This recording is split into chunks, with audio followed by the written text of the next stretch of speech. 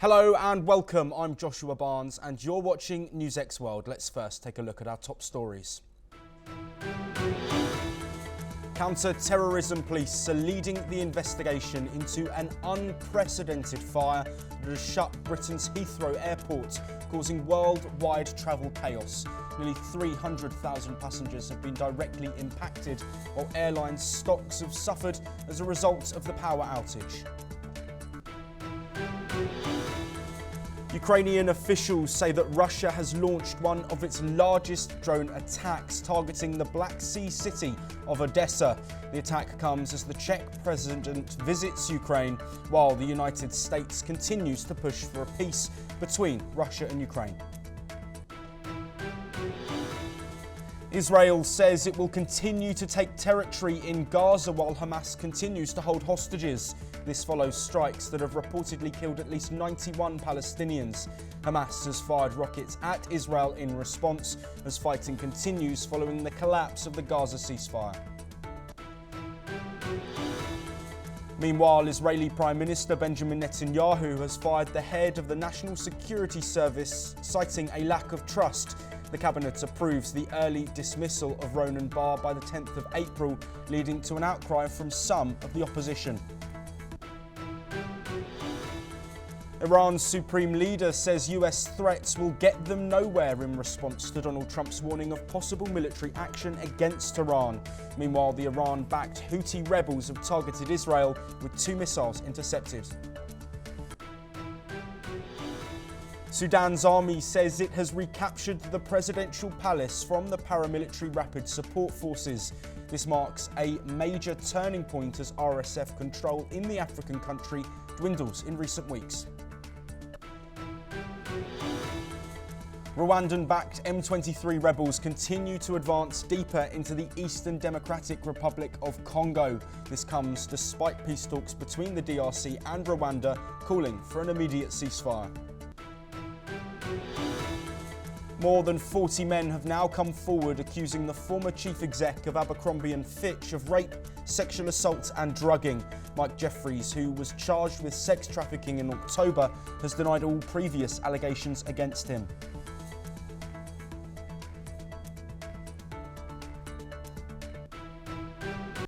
We start off in Europe, and investigators continue to explore the cause of the fire near Heathrow Airport, though they believe it was not deliberate. Counter-terrorism detectives are involved as a precaution, providing their specialist skill set. Authorities stress the importance of monitoring due to Heathrow's status as critical national infrastructure amid rising concerns over espionage and sabotage. This move comes after a massive fire at an electrical substation near London's Heathrow Airport caused widespread disruption. It's left tens of thousands of travellers stranded and forced the closure of the airport throughout the day. Prime Minister Keir Starmer is in close contact with partners regarding the Heathrow substation fire, receiving regular updates. He acknowledged the disruption and thanked emergency workers for their efforts. The blaze, which occurred at a substation in Hayes, West London, led to power outages affecting nearly 5,000 homes, while leaving approximately 1,350 flights to be cancelled or delayed. Flights are being diverted all over Europe, including 5 flights diverted to the UK's Manchester Airport, around 200 miles north of London. The cause of the fire is under investigation, with counter-terrorism police leading it. Authorities are focusing on a transformer that contained 25,000 litres of cooling fluid. Emergency services were called to the scene late last night, where video footage showed large flames and heavy smoke pouring from the substation. Firefighters managed to bring the blaze under control, though 10% of it approximately is still on fire. The London Fire Brigade and Metropolitan Police are working, of course, to determine the cause. In the wake of the fire, local residents were evacuated and schools were closed. National Grid has restored power to most areas, but nearly 5,000 homes remain without electricity. A Heathrow Airport spokesperson acknowledged the disappointment for passengers and reassured that efforts are underway to resolve the situation as quickly as possible. Let's listen in to what Jonathan Smith, who is the London Fire Brigade Deputy Commissioner, has updated us on this matter. As of the most recent update that I have received, approximately 10% remains alight. and we are working with SSE to safely resolve this incident. As a result of the incident, 67,000 households were left without power. Currently, 5,000 homes remain without power. There remains no power at Heathrow Airport Terminal 2 or Terminal 4. Well, joining us to discuss the impacts of this fire and further developments is Vandana Singh, who is an aviation expert joining us from India. Vandana, thank you very much for being here. We've spoken, of course, about the fire just then, but I really want to look now at the global implications that this fire has. We know almost 300,000 passengers are going to be affected, but what is the ripple effect that that has on the global flights and the global flight paths that we see? Firstly, thank you for having me on your show. Do you read me Strength 5? Am I audible?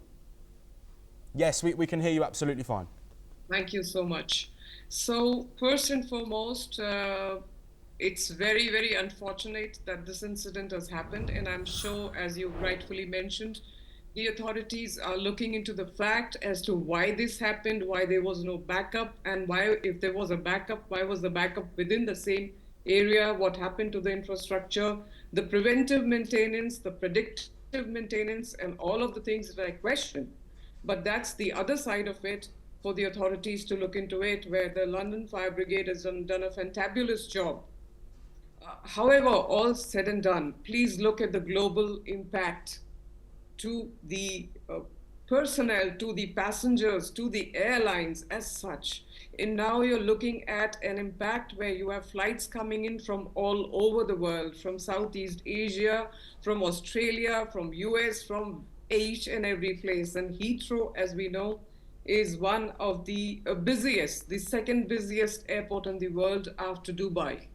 And you are talking of one day's impact of odd 300,000 passengers, and how much impact it has on airlines such as British Airways, which is 51% of the share over there, followed by Virgin Atlantic and Lufthansa.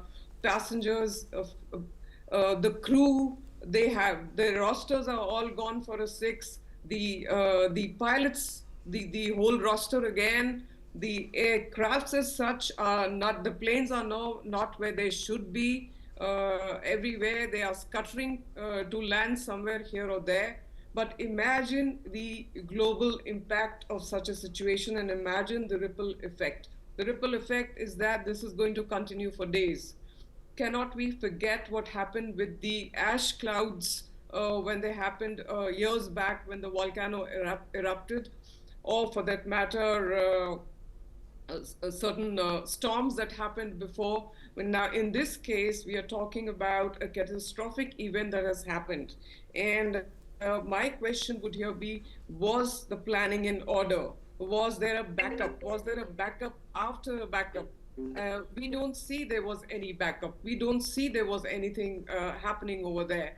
And the ripple effect is that the passengers are going to suffer. There is chaos and disruptions. When you're calling an airline, I've also just come off a flight in the morning.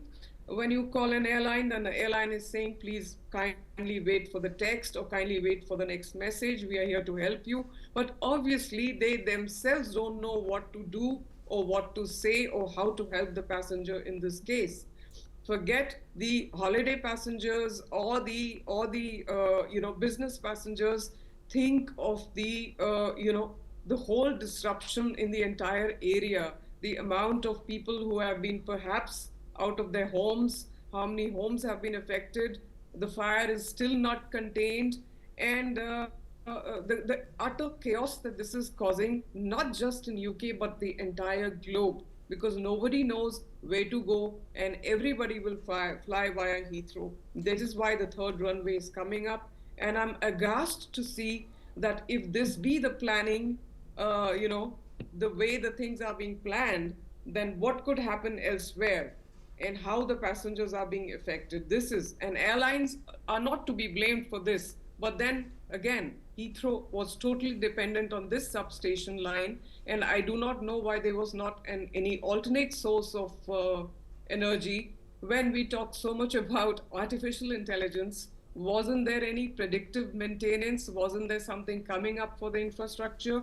Heathrow is one of the most expensive airports in the world. Wasn't there something planned for the infrastructure?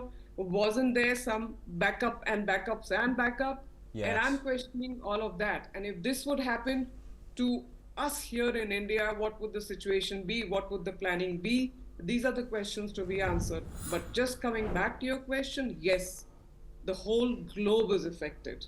None of us Absolutely. are affected. Yes, All of I want to, sorry to cut you off there, Vandana. I want to look now at the economic impact. We've seen stocks of airlines falling. We've also know that flights are going to be rebooked and that's going to be a costly process. So how big is the impact on the economy if today happens, but also if the sort of blackout continues into tomorrow as well? Exactly. So we are first of all seeing the situation. We are saying at 11:59, which is midnight tonight, things should be coming back in shape. But no, sir, they are not going to come back in shape for another couple of days. That's for sure. And then you look at passenger rights. What does the poor passenger do? What does the airline do? What does the travel agency do? Now, these are questions that need to be answered. And yes, the economy is definitely affected. It's not just impacting the United Kingdom or the airlines, it is impacting each and every one of us. The impact is going to be huge. So, in my view, we really need to look as to how and why this incident could not be avoided. And if this happened, then why wasn't there some precaution taken? Why wasn't there some predictive maintenance, as I said? Why weren't systems in place? Why did it lead to such chaos? I mean, human life has been saved. The safety and security comes first for us as humans. That is saved. But apart from it, everything is chaotic.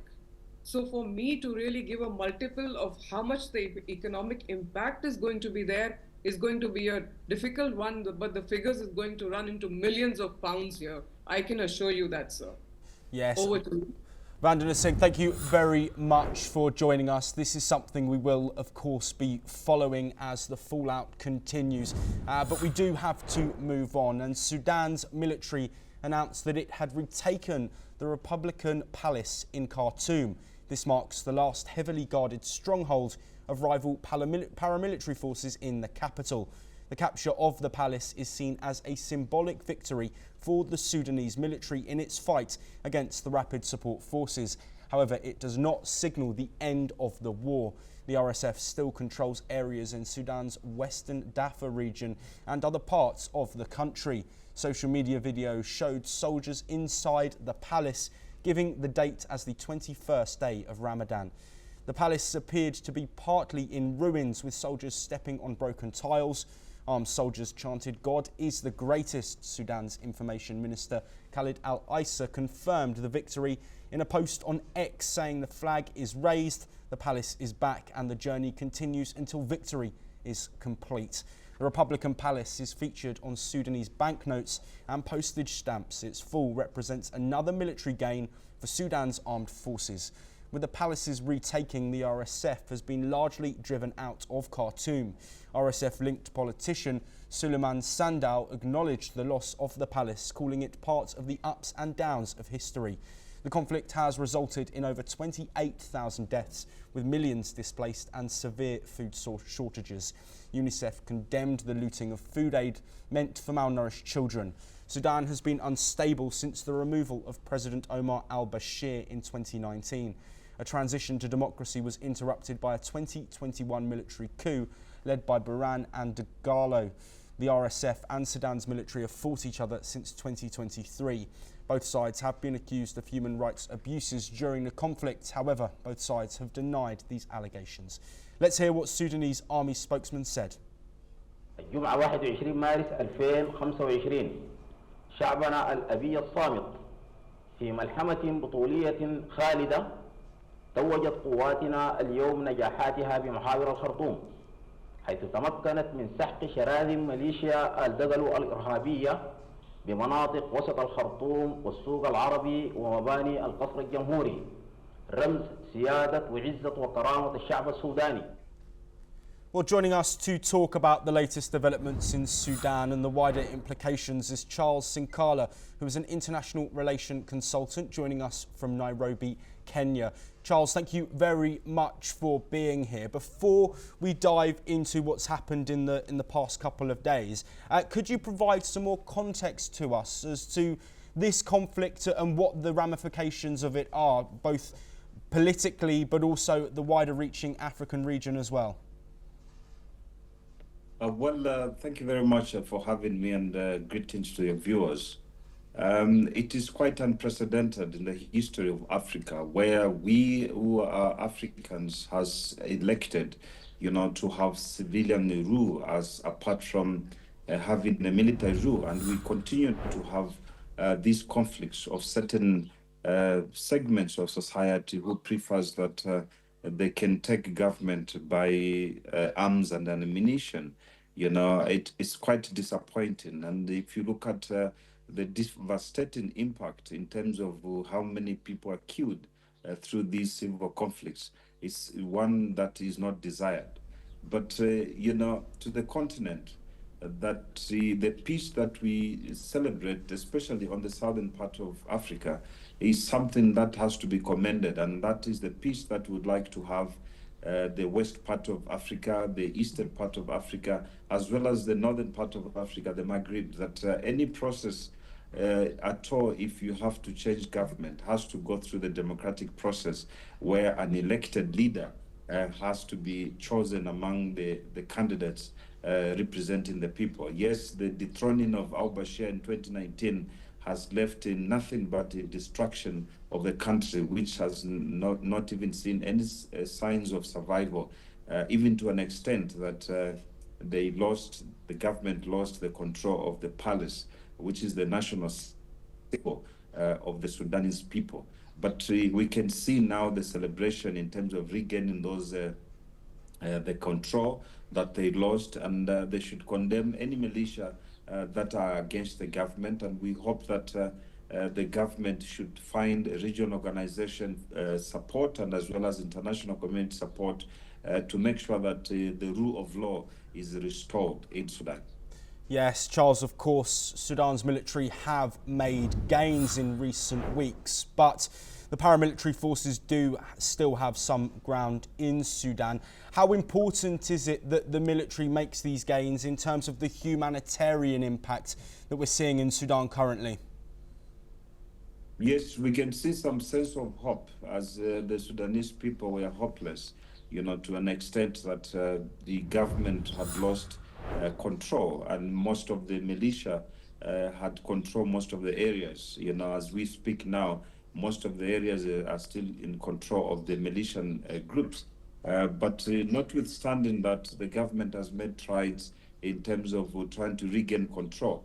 But it is also important that the government of Sudan should make sure that this such an occurrence in terms of losing control. Governance is about the control of the people.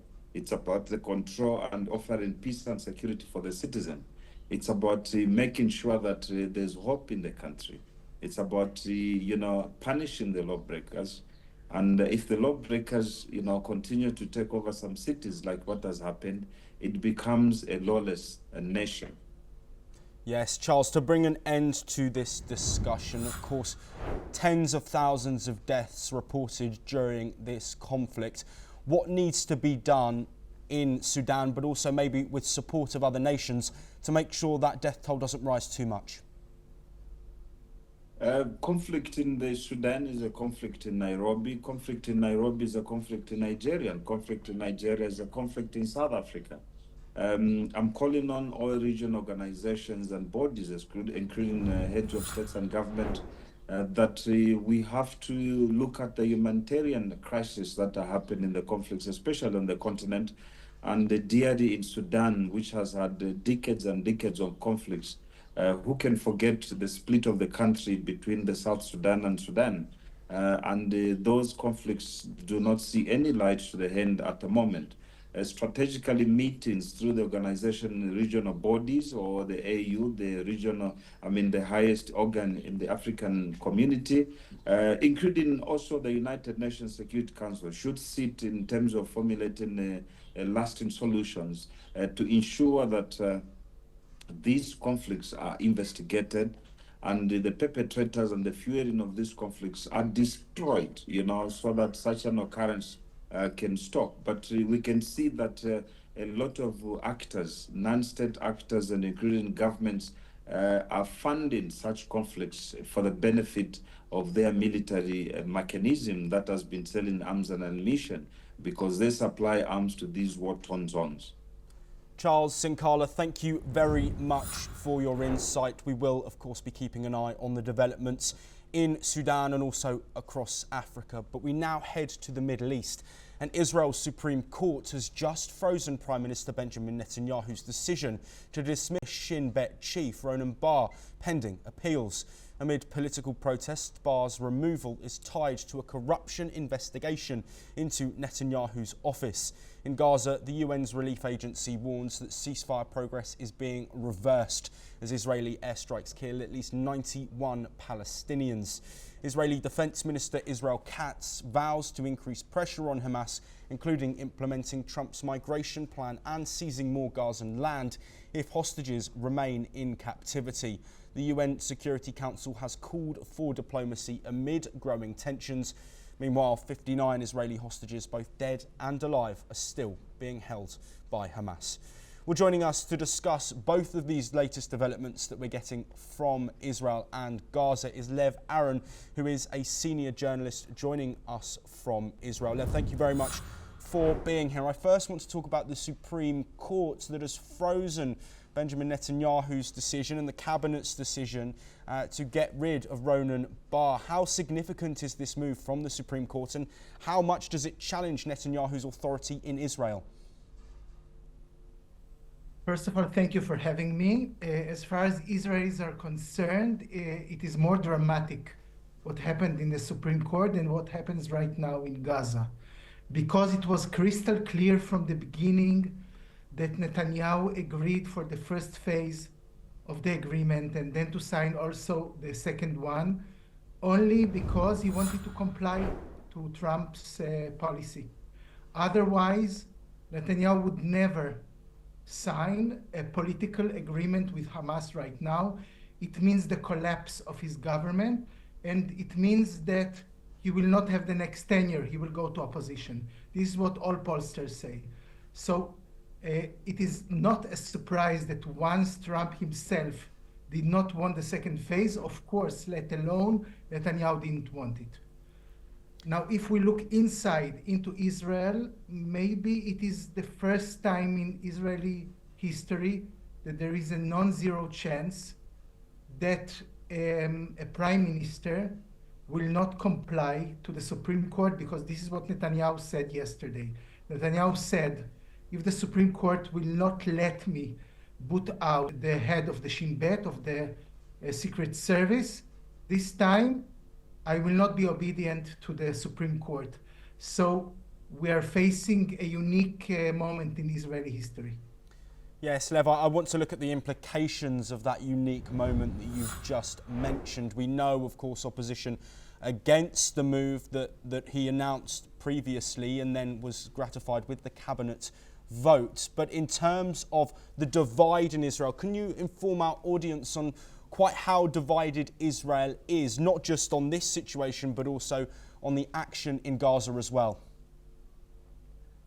I think that most of the Israelis think that as far as morality is concerned, Hamas cannot stay in Gaza. In this sense, we don't really have among the Jewish majority a real conflict between left and right. But let's say the center left believes that having the hostages back is more important than defeating the Hamas. And we saw that once we wanted to have the hostages with our soldiers, it didn't work. And sometimes we killed our own soldiers. It was very tragic. So in this sense, we have a real feud in the Israeli society. As far as the Supreme Court is concerned, for half of Israelis, I hope more, if Supreme Court gave a verdict or froze a decision, this is something that the government has to comply.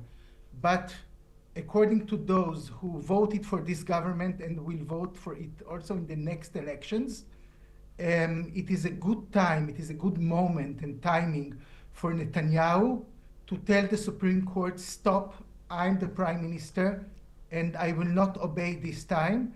And for all of us Israelis, it is very tragic because we are a functioning democracy. Yes, Lev Aaron, I want to look now at the hostages that are still being held by Hamas. Of course, this is the reason that Israel has resumed military activity in Gaza, like before the ceasefire. In terms of the equation that the Israeli government is looking at, do you think it's a case of if these hostages are returned, the fighting will stop, or is this now the march towards Trump's Riviera of the Middle East plan? Let me be a bit more humble. I can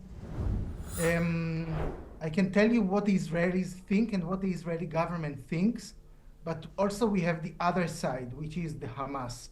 Israel believes that if we start again a war against Hamas, Hamas will have no choice but to be more flexible. And the reason that Hamas became less flexible is because on one hand there was no war, so there was no leverage, yes? And on the other hand, he did not believe that Trump is very serious with the plan. So now that there is an American green light for Israel to do whatever it wants, and Europe is so much scared about Ukraine, they don't have the energy to delve into the Gazan problems. Israel believes that Hamas will be more flexible next week, next 2 weeks. Lev, Aaron, just to bring an end to this discussion, we do of course have to look and acknowledge at the loss of life that is currently taking place in Gaza, Palestinians dying. We know hundreds of children have died in these attacks since the resumption of fighting. How do these two sides, Hamas and Israel, get closer towards a ceasefire that can help end the death and devastation that we're once again seeing in the Gaza Strip? As far as Hamas is concerned, the only leverage that it has is the hostages. Otherwise, it would be like Lebanon, like Hezbollah, where Hezbollah did not have a single Israeli hostage. So Hamas, as far as they are concerned, they will not give all the hostages to Israel until they know that they will have some kind of a clout in the new Gazan government after the ceasefire. And this is something that Israel doesn't have the appetite to give. And also Trump at this stage does not want to give Hamas this candy. Lev, Aaron, thank you very much, as always, for joining us. We will, of course, be across all of the updates coming from Gaza and also across the Middle East. And that is all we have time for, but we'll continue to bring you the rest from across the world very soon.